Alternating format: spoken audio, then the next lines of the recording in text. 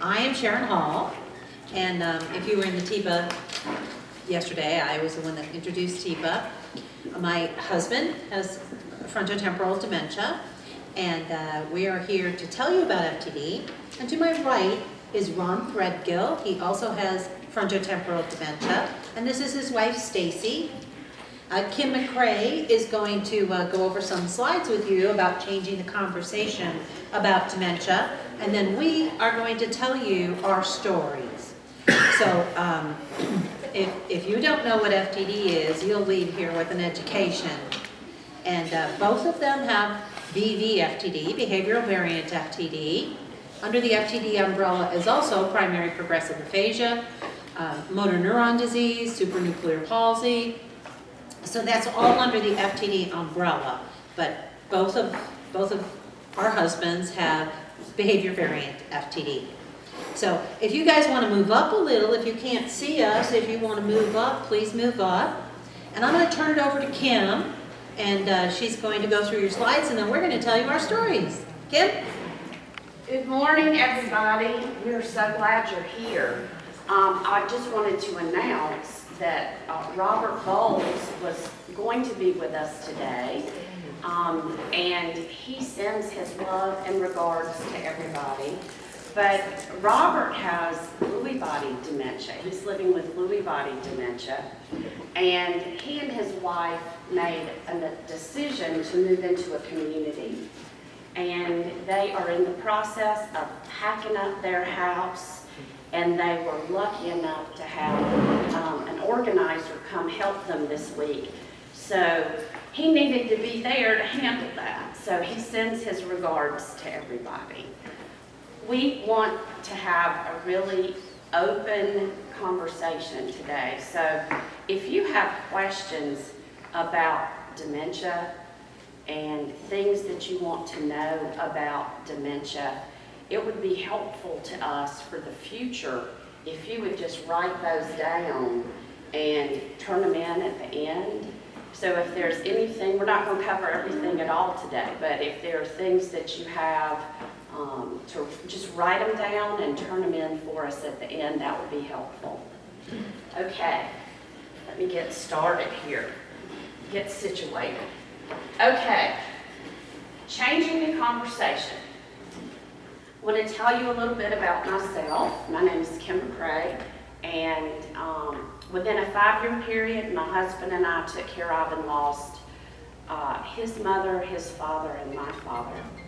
And when I was 35, Dad died, and I inherited Mom. I inherited Barbara, and Barbara was 62, and she had yet undiagnosed Lewy body dementia. And it turns out that we found out later that she also had progressive supranuclear palsy. So this is very near and dear to my heart. That's how I got involved in all of this. And I call myself, I'm not a clinician, but I call myself an FCTA. I didn't have any initials behind my name, so I made them up. And you all are welcome to use that. I am a family caregiver turned advocate.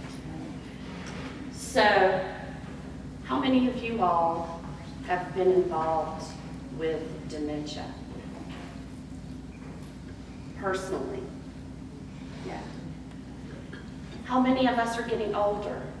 So this is a really important conversation for everybody. We have to all talk about this. It's what we have in common.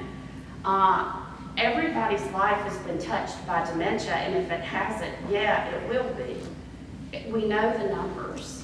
We know the numbers, and it's really important for us to know and realize that a lot of the statistics and the data that we see about dementia, the numbers are smaller than they really are. You know, the thing about it is, people with dementia are everywhere. And there are 70 to 80% of people living with dementia are living in the community. They're not living in nursing homes. They're out in the community. So people with dementia are literally everywhere. And they're going in and out of the system of health care, long-term care. So the numbers are even bigger than we know and realize. And there are so many people caring for people with dementia. And it affects everyone in the family unit. It affects everybody. What we have to do is understand dementia. We have to understand it better. We have to understand that it's not just Alzheimer's. And that is a really big issue. Everybody uses the word Alzheimer's as the umbrella, and it's not. That's part of what's confusing the whole system of healthcare in this country when we're talking about older people and younger people. So it's not just Alzheimer's. That's one of the key points that we need to remember. And Alzheimer's, you know, they have, the way it is, they have the most media and they get the most coverage. But we all have to work together to change that part of the conversation. Dementia is also not a normal part of aging. Just, you know, it's not. The older we are, the more chances we have of getting dementia, developing dementia. But we have to realize it's not normal, and it's not just about memory. It's not anybody's fault, and it's nothing to be ashamed of. And that's part of the conversation that we have to change. We have to think about dementia as the umbrella term and help everybody understand that. We also have to realize, big point, most of the conversation is about raising money for a cure. We have to raise money for a cure for Alzheimer's. There's no cure on the horizon right now. And so what we have to do is change the conversation and realize that it's about care for the people who are living with dementia now. That's a really important point. There are many causes of dementia, and we need to think about that and understand that. It's not just about Alzheimer's disease. When people think about and understand cognition as an umbrella and think about our cognitive abilities, that helps people have a better understanding. And the CDC Healthy Brain Initiative has done some really great work on putting together information that helps us understand that better. So the symptoms of dementia can be caused by all kinds of things. And if we think about the brain, we know that the brain has all these different parts, and each part controls different things. And when we have that kind of understanding about what's affected in the brain, it helps us better understand the symptoms of dementia that people are exhibiting, for lack of a better word. So the umbrella of dementia, and then thinking about the diseases that cause dementia, and there are many others. I've heard all different kinds of numbers on this, but up to 200 things can cause symptoms of dementia. And I like this. It depends on who you're talking to, what these numbers are, but the mixture of who has what kind of dementia, these numbers are all over the place. But we're hearing more and more that a lot of people are having and living with mixed dementias. So that's really important for people to know and understand, you know, that this is a really complicated topic. And the more that we understand that, the better off we're all going to be. The symptoms vary according to what's happening. We also know that there are a lot of things that can cause symptoms of dementia, and some of these things can be cured. So when somebody is having symptoms of dementia if they go to a physician and try and really find out. What they do is they rule things out. They go through and rule things out. And sometimes there are things that can be fixed. You know, if people aren't taking their medication correctly, if they've been given medications that are counteracting with each other, if their thyroid is off, if their B12 is off, there are a lot of things that need to be checked out if people are having, you know, problems with their cognition. And that's part of what has to happen in the diagnosis. There are 3 different categories. So understanding those 3 kind of categories helps us think differently as well. Progressive, non-progressive, and reversible. And when people know and understand that some of the things that are causing changing cognitive abilities are actually things that can potentially be cured or at least helped, it makes us less afraid to go to the doctor. And there's so much stigma that people don't want to go and get diagnosed with Alzheimer's. But if we change the conversation and help people understand this, I think it can really lower some of the barriers to encouraging people to go and see a physician and get checked out. So it's said that 5 to 15% of all dementias are due to potentially reversible causes. So that's really important.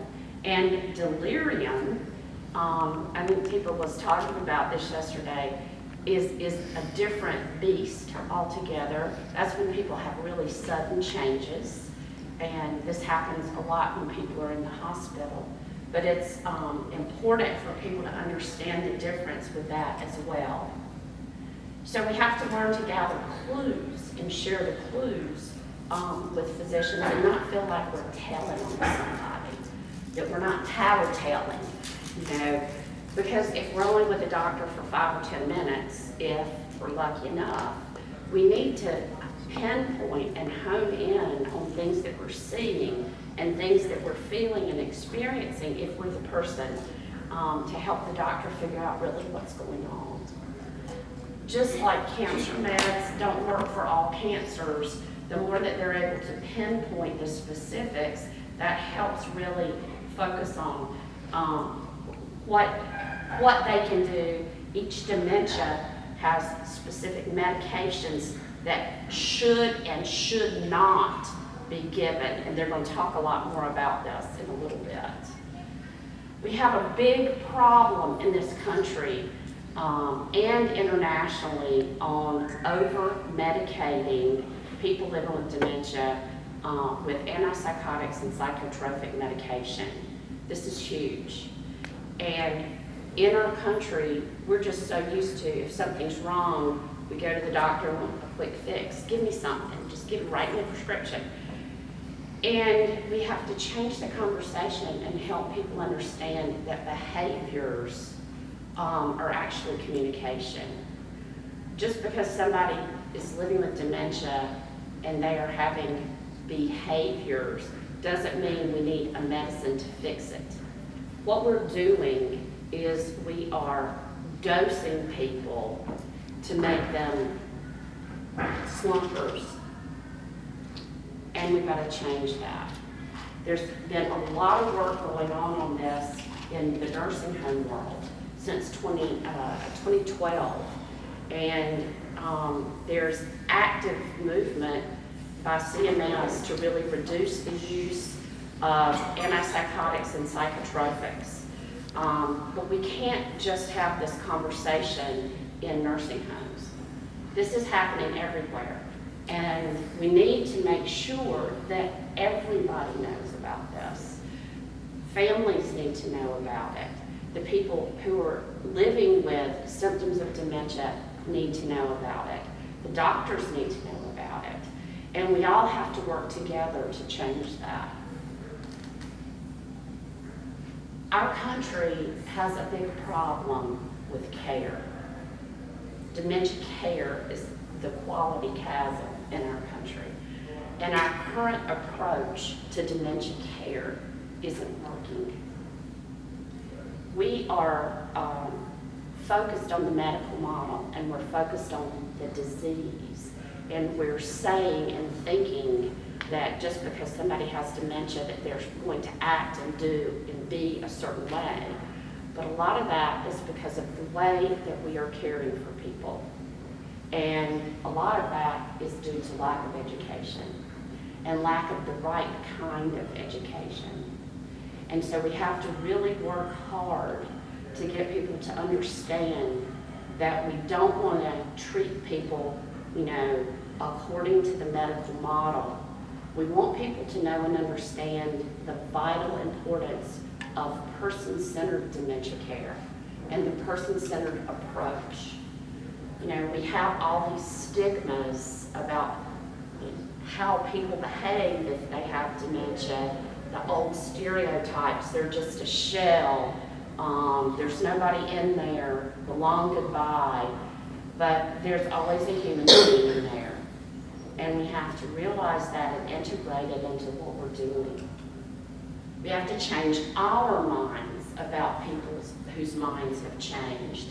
And Dr. Al Power, who really is the international expert on reducing the use of antipsychotics for people with dementia, he's written 2 amazing books. But he says that dementia is a shift in the way a person experiences the world around her or him. And we have to change how we think and feel about dementia. We can't expect the people who are living with dementia to change and fit into our view and our mold of what we want them to do. It's up to us to change. And there's always a person in there that deserves autonomy, choice, privacy, and dignity. But they need your help to be able to do that.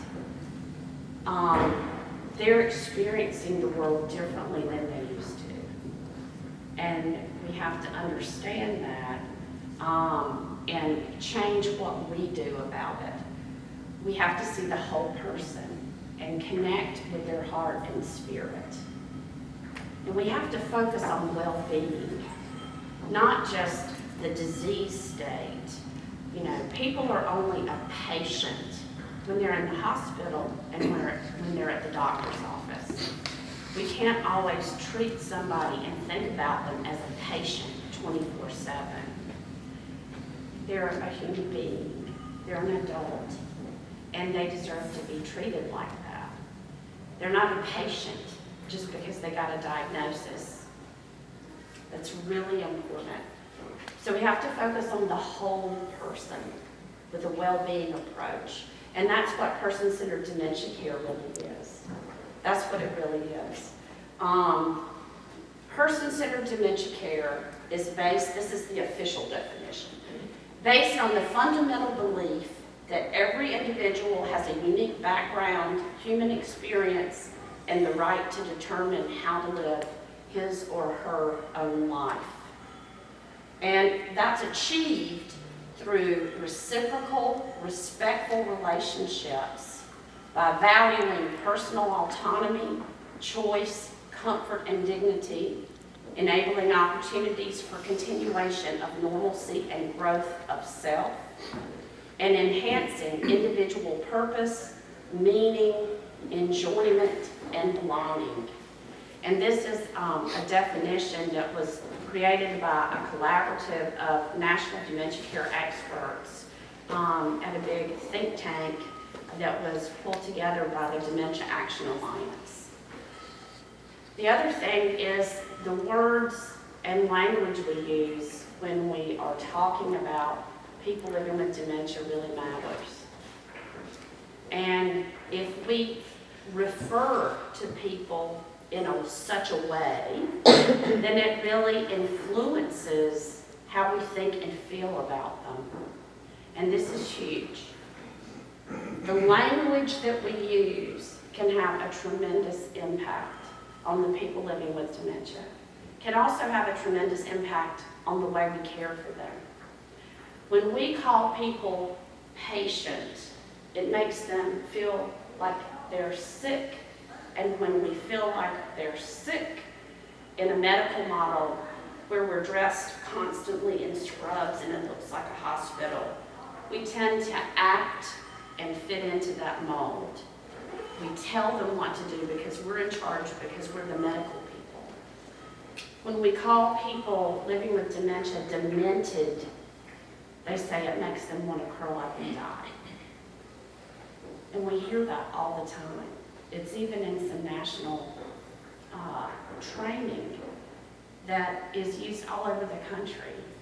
So we're really spreading the medical model in education. We have to change that. We have to change that. The Dementia Action Alliance put together a document called Words Matter. And this was put together by people living with dementia who tell us the words and language that they want us to use. We don't want to say these people are having behaviors. These people are wandering. These are feeders. We don't want to use that language anymore. So this is a guide that people living with dementia in the United States put together to really give us the right kind of guidance on what they want us to say. There are several other really good documents that provide great language for us. So we have to remember behavior isn't bad. Behavior is communication. And most of the time, it's us who are causing the behaviors. It's us, by our lack of education and awareness about the right way to go about things, that is causing most of the behaviors, because we're not focused on trying to really enhance people's well-being. You have to think about it in terms of decoding distress and preventing distress. You have to keep always putting ourselves in the other person's shoes. Think about the quote from To Kill a Mockingbird. And people with dementia are doing the best they can. We have to see. We have to see them, but we also have to slow down, empower them, and engage with them. We have to talk about it. We have to talk about it with each other, and we have to talk about it with the people living with dementia, and we have to encourage the people living with dementia to talk about it out loud and to us. We have to have a conversation with each other about this and bring it to the forefront. Because as Richard Taylor used to say, stand up and speak out. If we don't tell people what it feels like to have dementia, how is anybody ever going to know? And that's what we're going to do today. We're going to talk about it. So Sharon, let's have a conversation. Let's. We're going to start with Ron and Stacey, and they're going to tell you their story of being diagnosed, pre-diagnosis, and living with frontotemporal dementia. I'm going to move the microphone over so Ron can have it there. Stacey and Ron and I have really big voices, and Ron does not. So we're going to give him a little bit of microphone so you make sure that you hear his entire story. You're on, Ron. Thank you. In 2016, I was diagnosed with behavior variant FTD. I was around 50 years old when this happened. My first reaction came when I was around 42 years old, when I started having these changes that I couldn't really explain. So I began first having memory issues, like forgetting where I put my keys, my ID card, and actually how to do things on the computer. Everything started seeming a little bit technical, too technical for me.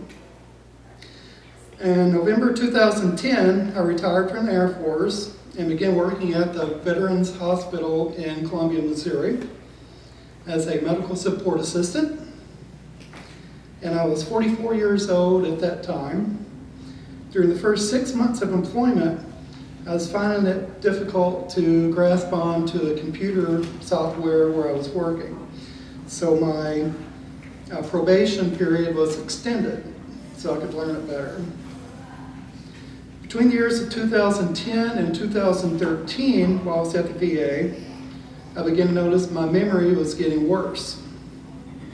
I started to get in trouble with my conduct at work, and I believe that was taken out of contact for what they were accusing me of. In several write-ups, with what I thought was still my misperceptions of my behavior towards others at work, the handout that we're going to give you have been given our personal behaviors that I have exhibited. It gives more detailed description of my behaviors from 2010 up to my diagnosis. Well, ultimately, I was terminated for sexual misconduct, which is modified to misconduct. I was drugged through federal court and made a settlement to offer with the VA. However, because of legalities, I'm not able to comment any further on that court case. While I was terminated in 2015 at the age of 49, I began new employment that same week as a private technician at an outpatient clinic office. I was given 1 week to work there, and during that week, at the end, I was fired. They said for failing to keep up with the computer programming and stuff. I was counseled by my supervisor, and I was told by the surgeon performing the procedures that I was not to talk to patients during the procedure. Well, my whole career in the Air Force was in the medical field, and one way to get to know the patients is to talk to them to relieve anxiety and all that. So I just couldn't understand why I was not allowed to talk to patients while they're having a procedure. Didn't make sense to me. At that point, I was very confused and did not understand how my behavior resulted in my termination. A month later, still 49 years of age, I decided I was going to make a career change. So I applied to be a correctional officer at the Department of Corrections in Tipton, Missouri. With ease, I completed a 6-week class course of basic training. However, prior to starting my position, I was charged and arrested for assault to then my 18-year-old daughter. This is my first arrest in 49 years. Within 3 months of employment with the Department of Corrections, I was sent home on administrative leave due to an investigation. 3 months later, I was officially notified that I had been terminated from employment for misconduct. During my time there as a correctional officer, I was buying cigarettes, sunglasses, and whatever food that I brought from home that I didn't eat, I would give it to the inmates. I was ultimately let go for bringing in contraband.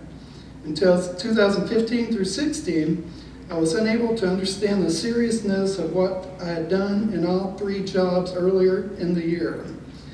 I believe my behavior was misperceived, and I had no ill intent of breaking any rules. I just completed 24 years of active duty in the Air Force and had received multiple good conduct awards throughout my entire career. Excuse me. At this point, I was already seeing a neurologist due to severe obstructive sleep apnea. We tried multiple medications. However, the doctor was only interested in treating me for obstructive sleep apnea.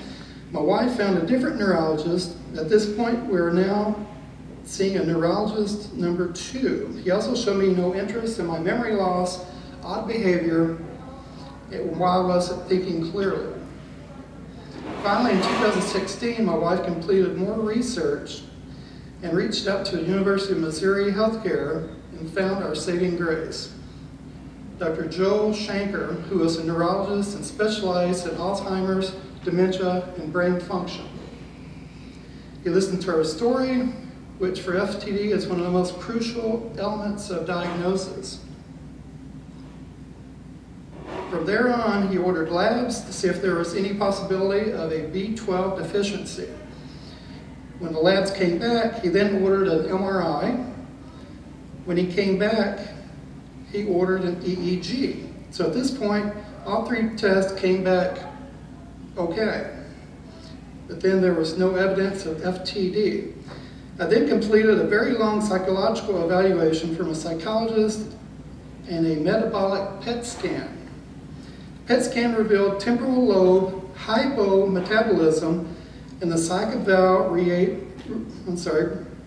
that I had a loss of executive functioning, such as planning, organizing, memory, and other cognitive issues. In December 2016, at the age of 50, the diagnosis of behavior variant FTD was confirmed by the clinical story, psych eval, and PET scan results. From there, our entire lives were changed. Since diagnosis, I'm no longer allowed to drive due to loss of executive functioning or make any financial decisions. I began to get easily agitated. It's extremely difficult to follow simple directions. Being in the medical field for almost 30 years, I've lost the ability to react. Sometimes I lose the ability to recognize that there is an emergency happening at all. I don't have the ability to read people's expressions on their faces or their body language. I'm sometimes unable to recognize boundaries in public and with people. I'm sometimes unable to be regretful, loving, understanding, or have any feelings. The most important thing that I'd like you to take away from my story is that I may appear to be a healthy and a hardly 53-year-old on the outside. I crack dry jokes, and every now and again appear to be quite functional. On the inside, while I believe I am normal as they come, the world tends to see otherwise. What I do ask from all of you is that you do not identify dementia with an age, race, or gender. Please listen to your patients, especially the caregivers, and their stories. I'm only one out of approximately 60,000 other middle-aged patients with FTD who depend on the social work, medical staff, and legislation to bring awareness, identify the markers, and educate the world. There is no treatment for FTD. There is no cure. The only thing is medical management for the behaviors. Please remember, every FTD victim's journey is different. No one's story is the same. I've been blessed with slow progression, and for that I am thankful. I was asked to discuss the roadblocks with FTD. The biggest hurdle is for us to finding a geriatric psychiatrist who specializes in dementia and Alzheimer's, who will treat patients under the age of 60. Most will not see you at all if you're under the age of 60. This is an extremely difficult task, as the geriatric psychiatrist plays a vital role in FTD with medical management. There's also the ones who are familiar with what medications are safe from FTD patients and what medications ignite the behavior and speed up progression. I'll be asked to talk about this disease, how it impacted my family, because I am limited on insight, emotional awareness, and perception. My wife, Stacey, would like to answer that question. Thank you.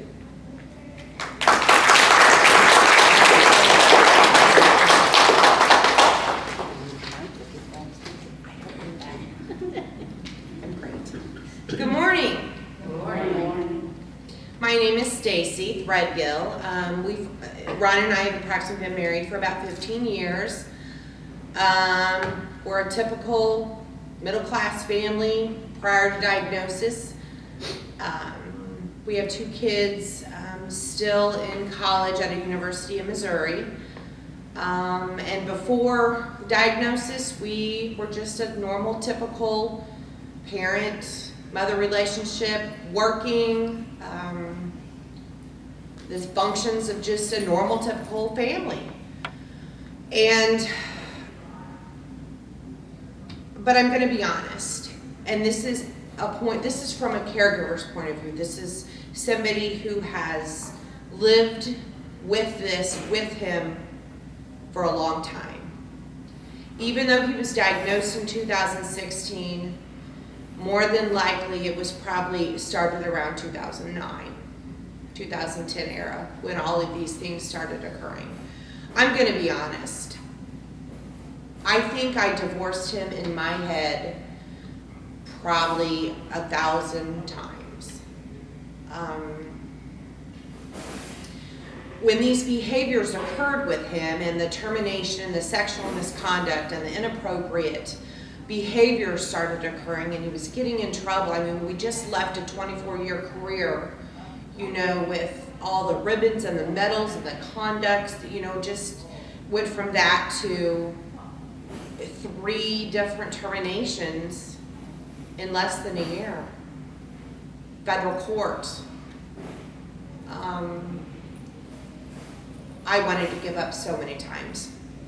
It was easier for me. I had 2 girls in high school, trying to prepare them for college, and I just wanted to just pack my things and just leave.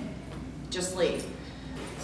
But I kept going back to the fact that I had made a promise to him, I made a promise to God that I was going to stick through this. And I'm going to be honest, when we finally found the right neurologist, it takes 2 or 3 years to finally figure out. We were going to a neurologist that was specialized in, you know, MS, and then we went to another neurologist that specialized in cervical and spinal stuff. And finally, somebody opened our eyes and said, "Here is Dr. Shanker." I'll never forget when him and I talked about the clinical story, and all these tests were going on, and we were trying to figure out. I'll never forget that we were leaving. Weren't we leaving to go to SEMO? Yeah, we were going to SEMO for a college. It was, I don't remember, homecoming, to see the girls, and he looked at us both in the face and said, "You have FTD." And I'll never forget, I'm thinking, what in the heck is FTD? I mean, the only thing that I could correlate it to was that Frontotemporal delivery system. You know, FTD. And I'm still trying to wrap my brain around what just happened. And you know, the first thing they tell you, physicians, don't Google it. And you know, I'm like turning around and I'm trying to Google what FTD was, and then all that came up was that little guy in tights, you know, and I'm like, oh my gosh, what's going on? So, and to be honest, all the way to the doctor, all the way to the testing, I kept saying, something better be wrong. This man better have a brain tumor. Something has got to be wrong, or I have to go.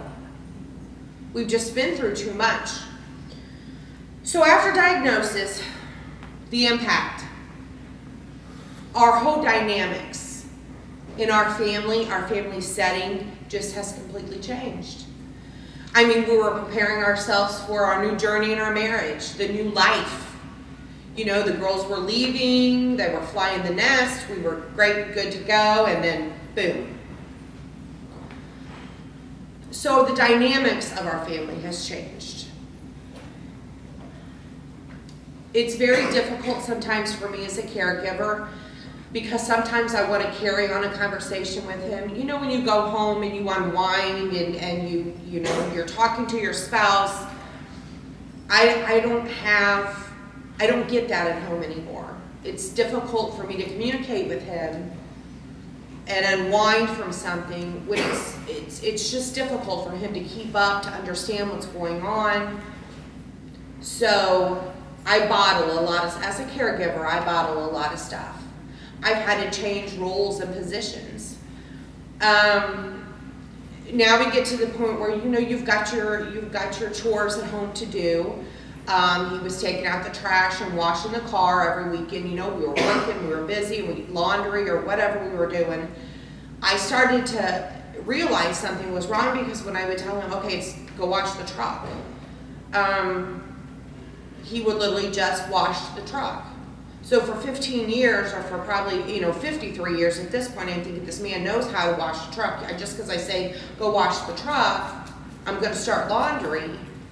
He didn't incorporate any of the steps that he had done for so long, whether it was vacuuming it out or, and so I started to realize this. So when we went to a drive-through, when he was driving, we would order the number, you know what you're getting at McDonald's, you don't have to look at it anymore. And so at this point, everybody knew what everybody wanted in the car, but what I found was he was trying to order, but getting so confused in his head. If somebody said no pickles, he couldn't keep it together. He would just get so aggravated, and we'd just drive off, and that'd be it. So it's little things like that I started to pay attention to and to notice. The insight and perception is difficult. It's difficult. It's difficult because you've lived and loved somebody so long that it's hard to change the way that you communicate. It's hard to stop and understand that I'm talking too fast, or I'm giving him too many steps at one time. So there is no more affection. There's not a lot of affection in the family. There's not the I love yous and the kisses, and that's just, it's just gone. It's just, he has no shock value, kind of those blunt affects, that people have. He doesn't understand the paraverbals, like people's expressions or body language. So my job as a caregiver is to keep him safe and grounded. Sometimes in public, we have some difficulties and some struggles. He loves children, always has, even pre-diagnosis. He's always just loved little kids. But at that point, prior to diagnosis, there was those social boundaries. Those external controls that he knew, we would be somewhere. And sometimes now, and I'm sure it's because of the stigma, but he's a male. So when we go in and we're waiting in a restaurant to be seated, he'll, wave, and he'll just really try to interact with that child and not have any perception or insight as to, I'm watching the father and his expressions and how he's reacting to Ron. It's just a very difficult time in our lives, but it's our life, and his job is just to be Ron. That's what his job is, and we are so blessed to be in this slow progression of this, because the progression of FTD is horrible. It's just horrible. So that's why we're honored to be here today and to share our story with you guys. We're human. He's got a face. He has feelings. Sometimes he doesn't even know he has feelings, but I see him sometimes. I see him. And that's where we're at. We just want to educate. We just want to bring awareness. So when you're looking at somebody like him in the office and you're thinking, oh, he's fine. That's why it's so important to listen to the patient, not patient, I shouldn't be saying that, to listen to the person that has FTD, or to listen to the caregiver's the most important thing. It's that story. Because anybody, you can walk into Walmart or the mall and it just looks just fine. But, things, handicaps, whatever you want to call them, disabilities, he's got a face, he's got a name, and he's got a meaning to be here. That's all I have.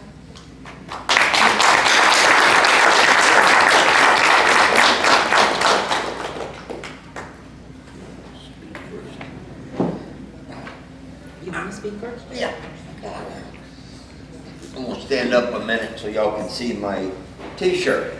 It says, you know that little thing inside your head that keeps you from saying things you shouldn't? Yeah, I don't have one of those. And we discovered that. I was diagnosed January of 2015, and symptoms before then had been telling Sharon, I don't feel right. I just, well, what's wrong? I don't know, I'm off. You know, I couldn't figure out and put my hand on it. I worked 10 to 12 hours a day on my feet all day long. I was in the printing industry, and at that time I was one of the managers at the company. And I had, you know, followed the rules and everything, and was trying to be careful. But when I came home, especially during the summertime, I just wanted to collapse, sit there, be left alone. Because I'd had too much input and we didn't realize that's what was going on. But Sharon would say, will you cook hamburgers? Well, okay. I'd get up and go out. I just didn't want to. Well, then what happened to me was I like to play cards, and so I started playing poker. Then I got onto a website on poker, and somebody on there, we were playing, I was making, you know, chips and all, and somebody in the room said, oh, let's exchange phone numbers. Well, like a fool, I did. And then the next thing I know, this girl starts, you know, texting me, and then she starts calling me, and you know, it was fun. That's why I was paying attention to me. Sharon had her hands full. Her mother was living with us, and Sharon was busy with a lot of things and trying to keep everything at the house straight. And you know, so I got to playing a lot of cards and talking to this lady and everything. And so, you know, next thing I know, it progressed. I never, you know, never met her. She was wanting to meet, but she was in another state. There was no way I was going to drive over to another state. And so then Sharon, first thing we did was we went to a marriage counselor. And even now at times, Sharon doesn't know this, but at times I want to say, I didn't do anything wrong. You know, and the conception was that people don't understand was that was a emotional affair. What? I never heard of that. Never understood that. And that, you know, oh wait, no, I didn't do anything wrong. I was just having a little fun. You know, why can other people do this and I can't? Well, I didn't realize that. You know, so about 4 or 5 years. That before diagnosis, we could start pinpointing things that I was doing wrong. I didn't understand what was wrong.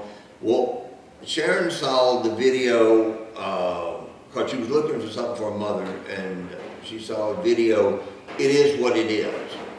And Sharon realized, she says, we're not going to your doctor, we're not going to a doctor, we're going to Emory Healthcare. And so she made a call to Emory, and they gave her an appointment. Let's see, this was in October. I think they gave her an appointment for the following May. And we went to North Carolina for Thanksgiving, the family up there, her son's in-laws. And I had a couple of meltdowns up there. Got the truck stopped, stuck. I was still driving at the time, and issues with that. So we got home, and I think I took somebody's head off up there or something, or tried to. So we get home, and she calls and crying, and they got us in the, you know, like in 2 days that they took us in. But see, I don't have any sympathy. I don't have any empathy. I walked in the door one day, and she was sitting there holding her dog and crying. What's wrong? Well, he's, Zach is dying. Well, I wear hearing aids and didn't hear very well at that time anyway. And I finally understood what she was trying to say. And my answer was, he's a dog. Put him in a box, put him in the corner. When he's dead, we'll get rid of him. And to me, I was raised in the country. That's what you did. If a dog was that bad or whatever, you took him out, dug a hole, you shot him and buried him. It wasn't being mean, it was, keeping the dog from suffering. So therefore, I have, I guess the last time I probably cried about anything was in 2002. My mother passed away and my sister called, and I was at work, and that upset me, and I cried and so my father passed away 2 years later. I was at the, we went up, saw him before he passed away. He passed away, and tears. I don't know. Sharon has the same rule, keep me safe and keep her sanity. So I was diagnosed at McRae, and they did the spinal tap so they could rule out Alzheimer's. And he wanted me to a certain position, and he couldn't get the spinal tap.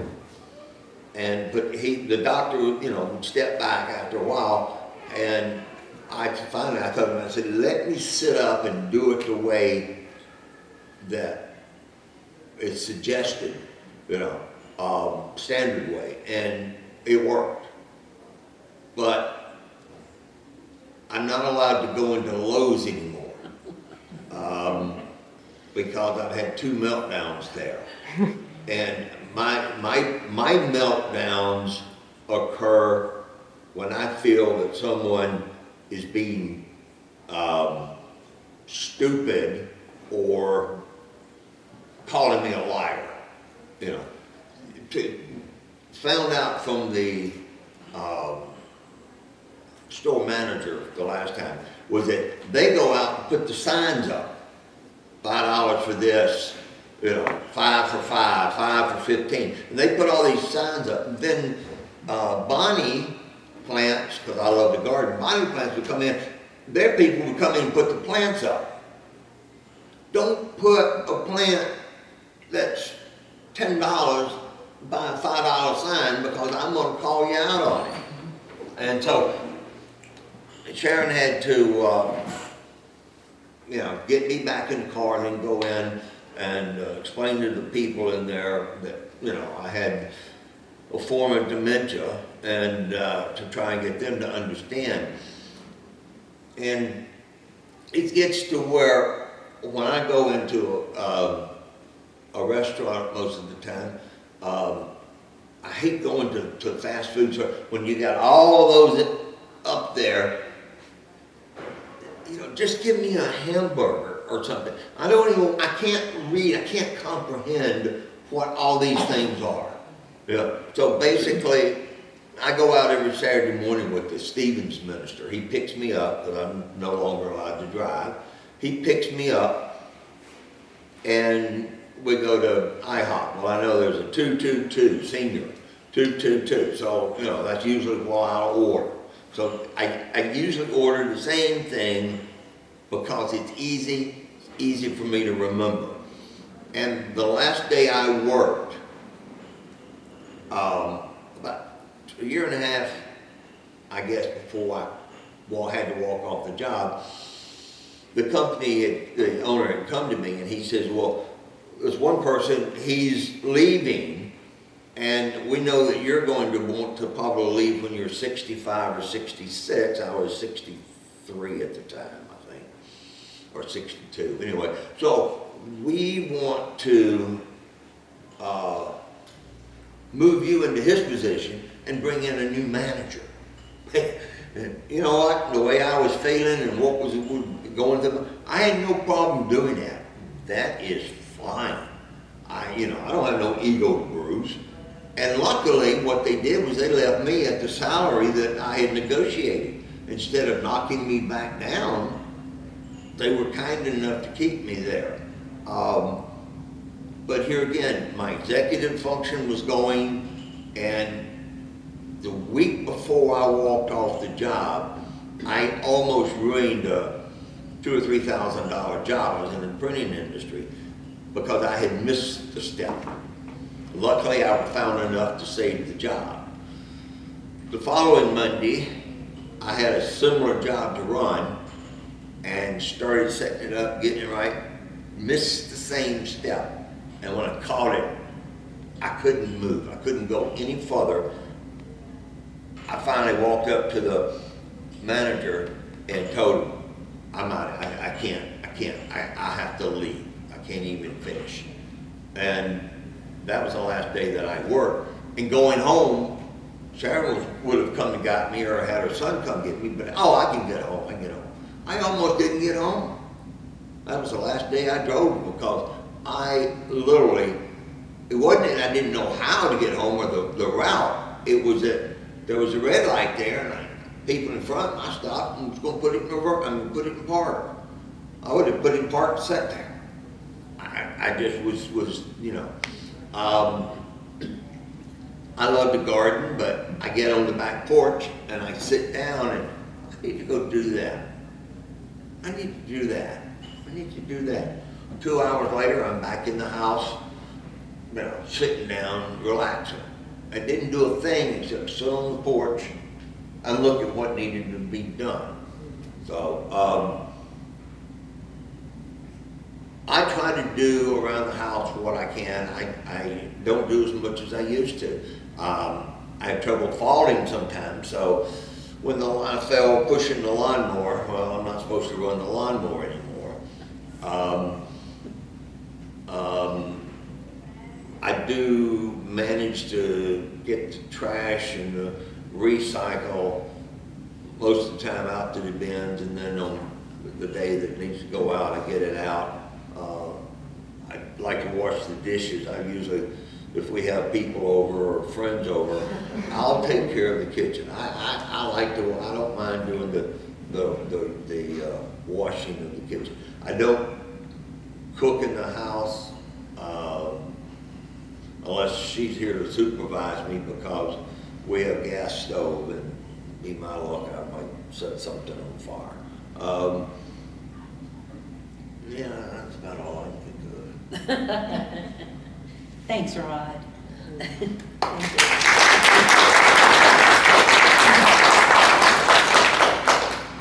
I'm going to tell you a little bit about pre-diagnosis and what Rod was talking about, but I'm also going to tell you some additional things about FTD.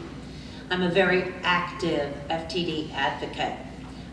That table back there doesn't have a calendar. There's one up here, if you guys want to move it back. But I'm going to first talk about our story, and then I'm just going to give you a little bit about FTD. Like he said,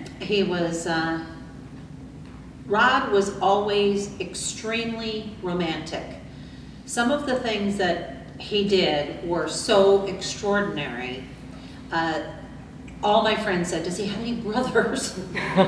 Because he was just so loving and romantic, and all of a sudden he started moving away from that. I used to send me flowers at work all the time. People at work were so jealous, and all of a sudden none of that was happening anymore.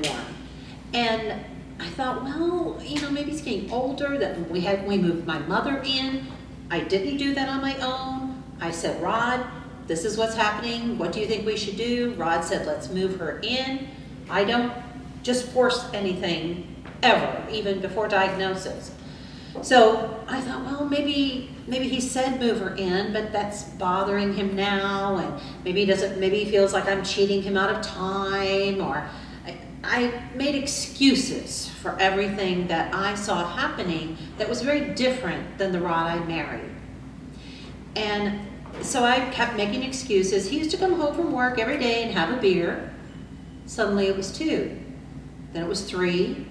On the weekends it was a 6-pack. I was unhappy. But he was volatile. And so if I would say, oh, you're having another beer, I would have gotten it. And I thought, this just isn't Rod. This just isn't Rod. Well,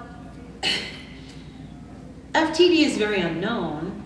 Rod's mother was diagnosed at the University of Alabama, Birmingham with Pick's disease back in the 90s. I did not know her prior to her becoming mute and being in assisted living, looking very much like Alzheimer's. The only thing the family ever said was, it's like Alzheimer's. Well, it looked like that to me. I didn't know there was any behavior involved with her. So when he would reference that where I found out that this was FTD, I was on caregiving.com and for my mother, because we were caring for my mother, and I thought, well, I'll get some tips about caregiving and so forth. And someone in the chat room that I frequented had a husband who had FTD, and during FTD Awareness Week, she posted the video, It Is What It Is, from the Association of Frontotemporal Dementia, or Degeneration they call it. So I watched it, and this light bulb went on, and I said, oh my goodness, Rod has what his mother had. This is FTD. And I knew from the video that it was highly misdiagnosed, and I was not going to have that happen. I figured I had one shot. And just like Stacey said, I divorced him in my mind many, many times, but I had my mother living with us, and I started an account on my own and started putting money in that account to make my escape with my mother. Actually, one day before diagnosis, I had left a receipt where I had made a deposit in the car, and it was a bank we didn't use, and he found the receipt. Well, what's this? And at that time, we had already gone through this little sexting thing with the bimbo, and and we were already in counseling. And I finally said, look, I'm not going, this is not my fault. You go, I'm done. And I didn't cause this. Well, I had left that in the car. What is this from? And I said, I've started my own account. Just like, if you don't like it, there's the door, buddy. I was just to hear because his behavior had gotten so out of hand, and I was ready to leave as well. So when we got the diagnosis, I always say to people, when the doctor, I knew going in what it was. And so I had filled out all the paperwork, said that his mother had Pick's disease, told them all these behaviors he was having. And the very first time we went in, before any testing, Dr. Law at McRae said, this is very troubling. So I knew then we were dealing with FTD. I just knew that. And I had already started to research more about FTD. So when we actually went in for the diagnosis talk, I knew what we were going to get. But when you hear it, I had what I told people, it was a sense of relief and grief. The two were very closely aligned. I was relieved that this man that I had still loved with all my heart, but who is so different than he was, had a reason for these behaviors. There was something physically going on. His brain was dying. That's relief. The grief came when I knew he wouldn't be here to live through our retirement. We used to travel a lot in a travel trailer and camp a lot.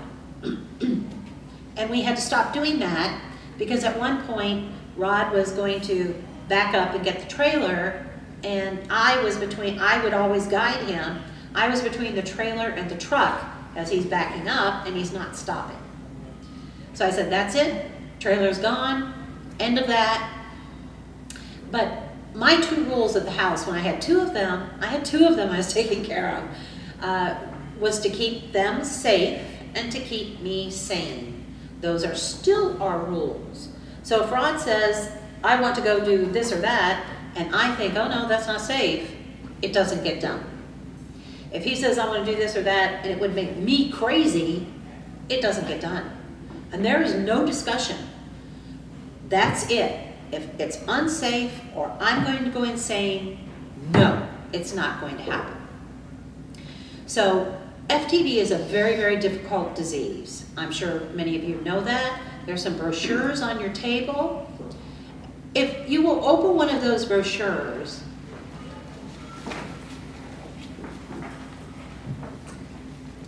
you will see in the upper middle is a family. The man in this family is currently 36 years old. When he was diagnosed, he had 4 children under the age of 6. He now has 4 children under the age of 7. He is already in a facility because he also has behavior variant FTD, and he was wrestling with the kids and being inappropriate and saying things he shouldn't say in front of the kids. And so she had no alternative but to have him placed.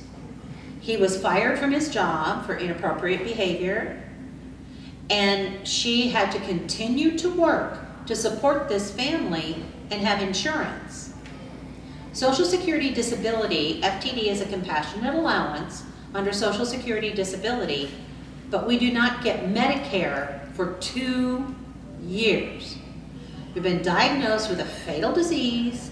You can't get insurance because you cannot pay for it. There are some people in the FTD community that are paying for it. The bill is $3,000 a month for insurance. She had no alternative but to keep working, to keep this family of 4 insured. There are things that people don't know about FTD and the young onset. This man was 35 when he was diagnosed. There are people diagnosed as early as their 20s, and I see more and more of them. The younger population also is very aligned with ALS, motor neuron disease, ALS. Many people that are diagnosed young with FTD also develop ALS. So it's very closely aligned. It's sort of like Lewy body Parkinson correlation. So people with FTD, as Ron said, you go out in public, we go out in public, we don't stop going out in public. I carry these brochures in my purse. And Rod alluded to the Lowe's incident. Well, there were several incidents. The first incident was Aldi's. And we were there on a Sunday shopping, and Rod, once he was diagnosed, I said, you can have 1 beer, that's it. You're not drinking any more than 1 beer a day. So he was buying his beer. Well, in Georgia, we had just passed that you can sell beer on Sunday, and I thought it was like Florida, 12 o'clock. Well, no, in Georgia, they have to make it difficult. It was 12:30. We were checking out at 12:25, and the person that was checking us out just took the beer and put it down, and he said, you can't have it, and he went nuts. You can't make up the rules, you can't do that. I mean, he was swearing, and I was like, I'm gonna get him in the car. And he was at the front of the cart, and I was at the back, so I couldn't get to him. And I finally got him calmed down, and I said, go to the car if you can't behave yourself. And I just turned around and said, sorry, he has dementia. And at the time, I didn't have brochures in my purse. Well, that taught me. Keep the brochure in your purse, idiot. And so I kept quite a few of them in my purse. And when we had the Lowe's incident, as he told you, it was about pricing, wrong pricing. And he was adamant that they give him that price, and he wanted the manager. And I was sitting in the car because it had been a really rough week for me. And we have a young man who helps him in the garden, and he was with him inside. And I was just kind of relaxing in the car, and I heard his voice yelling, and I'm like, oh my gosh. So I get out of the car, and And he's already coming out with the manager and yelling at the top of his lungs, and I just went up and said, "Get in the car." So he did, and I went back in and I passed out brochures and I said, "I'm sorry for the incident. My husband has dementia. This is what he has." And it was the only time someone threw the brochure back at me. He threw it back at me and he said, "I know more about it than you do." And I said, "No, you don't." And I had the young man with me and I said, "Caleb, never act like that. That man has no compassion." So we're very vocal. All of us here sitting here are very vocal about FTD. But there are many people in the FTD community that won't even tell their family because a lot of it is behavior. Yeah, there's a lot of behavior involved, and so a lot of people don't even talk about that. But take the brochures, they're yours. The calendar, Rod and I have done that calendar 2 years as a fundraiser. Everyone in that calendar, someone in the picture has FTD. You'll see some very young faces. You'll see a memorial page with people's ages that are very young. So I want you to know that you need to listen. Once I have on my business card, I put some of those on the table. I actually put on my business card, if someone is not who they were, think neurology, not psychiatry. Don't push us into therapy. There's something physically wrong when someone changes. You can't change your personality without a lot of therapy. This is a personality change with no therapy. So think neurology. Do you have closing remarks, Kim, or no? Okay, any questions? Do we have any questions about anything Kim said or anything we said? No questions? I'd like to ask about your families, like your children, and how they respond. You mentioned you had 2 young girls. How have they been able to address this issue? Well, I think in some aspects, at one point, our oldest daughter knew exactly what she was majoring into and where she was going, because we were right at that transition. They're only 17 months apart, so we were just going into that transition period. I think I sat them down, we talked about the diagnosis. She was okay with it, and you know, the millennials at that age, they're all about social media, they're all about the Google and the YouTube, so I kind of let them take their own avenue with it, and I came back and said, followed up with them, is there anything we need to talk about? I remember my oldest coming back to me and says, "Oh my God, this explains a lot." Explains a lot, because we'd gotten so used to trying to excuse his behavior with people, the police or family members. We just fit right into that role. And the second youngest child that we had was completely unsure why she was going to college, what she was going to major in, what she wanted to do. But the second that she was able to sit down and read and educate herself and kind of align her life with reality and her future, you know, she's in her second year with a psychology major. So. Jen, did you have a question? Yeah, I was wondering about what's the typical progression look like in terms of time? Well, that's very interesting, because when you get an FTD diagnosis, what they tell you, you know it's fatal. They say there's no treatment, there's no cure. We can manage the symptoms. And they say, and you say, well, how long have we got? Everybody wants to know, how long have we got? The range they give you, are you ready? 2 to 20. Tell me how you manage your money when you know you're going to maybe at some time need care, when you get a 2 to 20 year window. What the heck is that? I will tell you that in my being in the FTD community, I became very involved because I had a mother-in-law with FTD and I didn't know what to look for. So I became very involved in the Society of FTD. I call us the Redwoods. Redwoods stand tall only because their very shallow roots are intertwined. We in this community can only support each other, so our roots are intertwined, so I call us the Redwoods. So normally 5 to 8 is that window. Younger, earlier. Some people that are diagnosed very young, in their 30s and early 40s, maybe 2 to 4. So in their earlier, if they're diagnosed earlier, it seems to be a very much shorter lifespan. Rod's mother lived about 15 years. So, you know, give and take. And the progression of Alzheimer's is like this. Progression of FTD is like this. So you go along for a long time and you almost become numb, like, oh, this isn't so bad, and then boom, it's bad. And it doesn't go back up again. So that's your new normal. And you go along for a while, and then you fall off this cliff, and now you're in another new normal. And I want to add to that, Sharon, the whole thing in the dementia world, where there's a whole lot about stages, we have to be really careful about that, because it's not just Alzheimer's. It's not just Alzheimer's. It is not. It's fairy tale dementia. Georgie, porgy, pudding pie.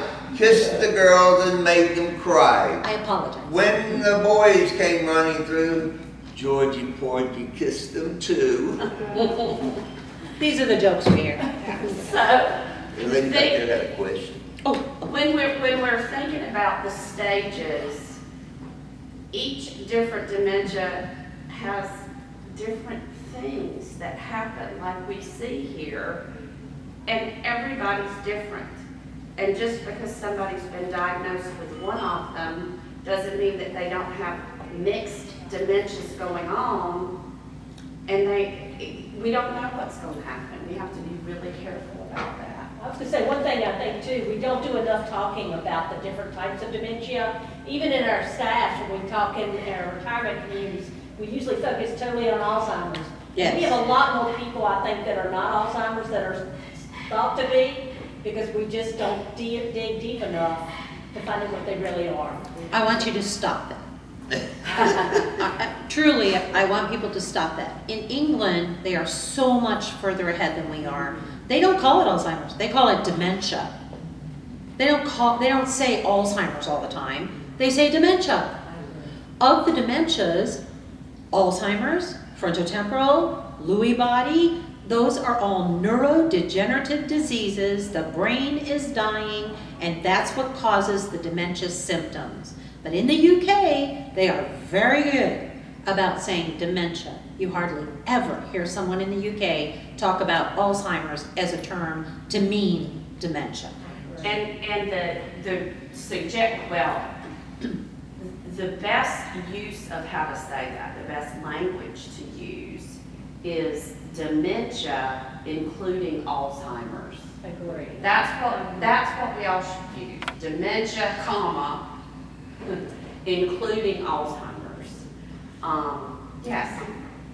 I have a question. Well, first of all, thank you to each and every one of you for this. This has been extraordinarily helpful. Tell your colleagues. I will. I had a question for the gentleman on either end. What has this experience right now been like, being part of this panel? Well, it's really hard to describe. You know, at my age, hearing you could die anywhere from 2 to 5 or 2 to 8 years, it really doesn't settle in. It's like, you know, we're all going to go, but it's like you just can't put it into your mind that it's possibly going to be a short time from now. So you just live each day to its fullest, and basically I just pretend that nothing's going on. And how did today's experience affect you, Ron? It's interesting hearing all the, you know, slideshow, the information that's getting out, how it's starting to get more and more known to the public, that it really makes someone sit back and think, you know, maybe there'll be a cure for someone, you know, in the near future. Thank you. Mm-hmm. you want to say anything, Rod, about being here Well, today? Um, He's here because Robert isn't, so. Yeah. Not that I can think of. I mean, yeah, we have to take each day at a time. And some days are better than others. And I can't tell you, but the other night I was yelling at the dogs just because they were one of them. I don't know what she wanted, but she kept, and I finally I had to get up and go to bed. And, most of the time they'll jump in bed with me and sleep. Well, they did, there for a while. But I don't know if that's what maybe they wanted. I don't know. But yeah, I just take one day at a time and try to not cause Sharon any issues or any problems. That's the thing I try to do, is keep from causing her any issues. I want to let everybody know there's a national Alzheimer's plan, Alzheimer's and related dementias plan. And there's been a lot of work over years to try and keep getting the national work to include more about dementia. There has been a lot of advocacy, and also to focus on care, not just cure. And so much of the research that's being done is on a cure for Alzheimer's. In reality, when we even say Alzheimer's and related dementias, that's not scientifically correct. It's just not. In Georgia, we have a state plan, and there is a lot of excellent work going on with the Georgia state plan to make sure that we're advocating constantly for trying to get this dementia umbrella included, and also to make sure that all the work and focus includes person-centered care as the umbrella. And we're trying to really help the plan, all the people who are working at the state level. We're really trying to put person-centered care, not just a focus on cure, as what we're using to drive our work.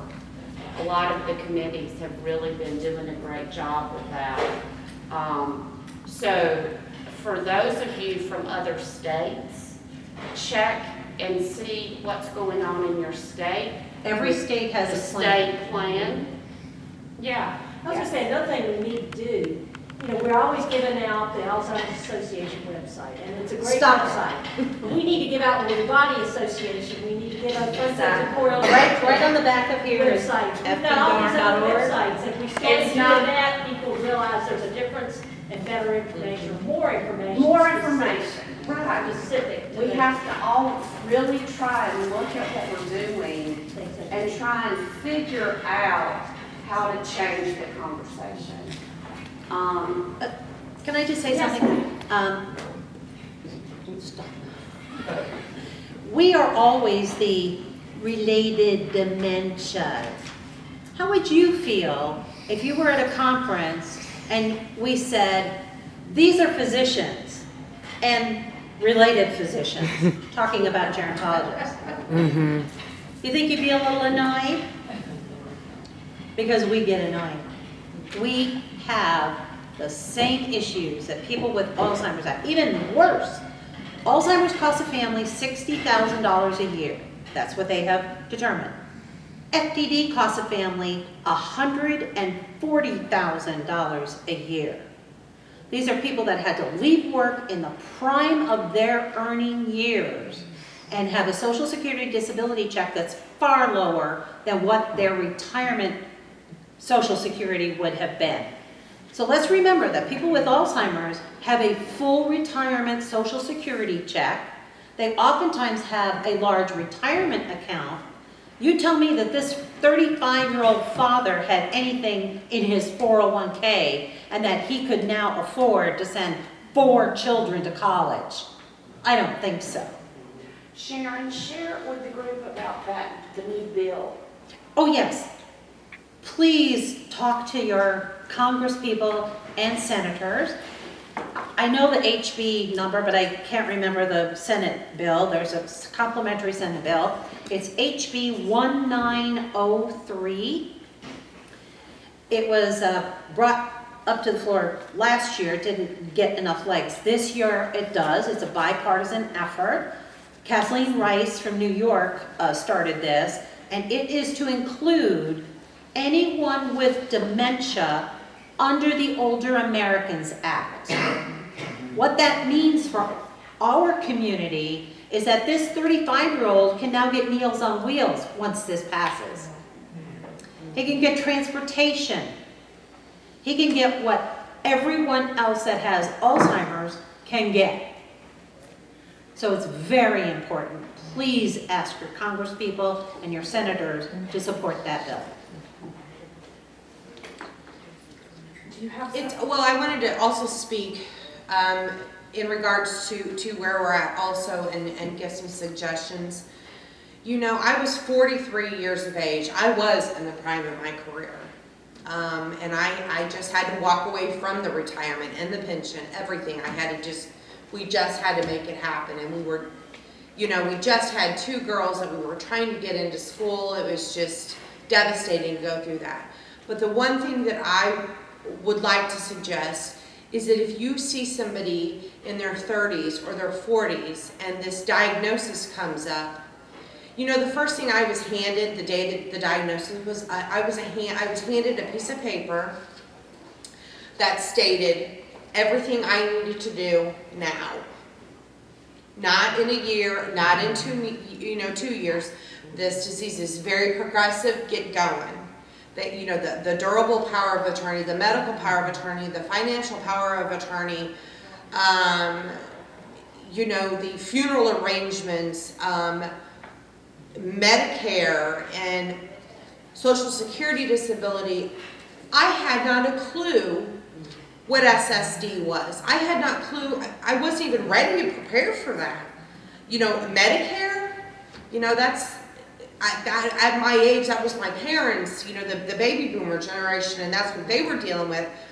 I mean, it took me 3 months just to educate myself in reference to all of these resources that I needed to look up and to apply for. You know, that's just another thing, is that people that have this type of diagnosis, an FTD, and I'm in, you know, my mid-40s, and I don't have a clue as to what any of this was. So that's another thing, just from a point of view when you're dealing with a younger population with this, is that caregiver really has to be, you know, educated as well and given some resources. Which is why I have such a big online presence and try to help the community. I have an FTD chat on caregiving.com every Monday and Saturday at 7 p.m. Eastern. I also do a podcast once a month called Talking FTD, and we record them, and I have dementianeeds.blogspot on my business card. They're all archived there. So if this month we talk about behaviors, and I'm not dealing with that right now, but 2 months from now I can go back and listen to that podcast. So I created what wasn't there for FTD spouses and families. And because I needed it and I didn't get it, so I just created it. I want to thank all 4 of you so much for sharing your story, for being here, for having the courage to stand up and speak out. Sharon, thank you for everything you've been doing for the whole FTD community and for the world of dementia. And it's just been so helpful for everyone. So thank you.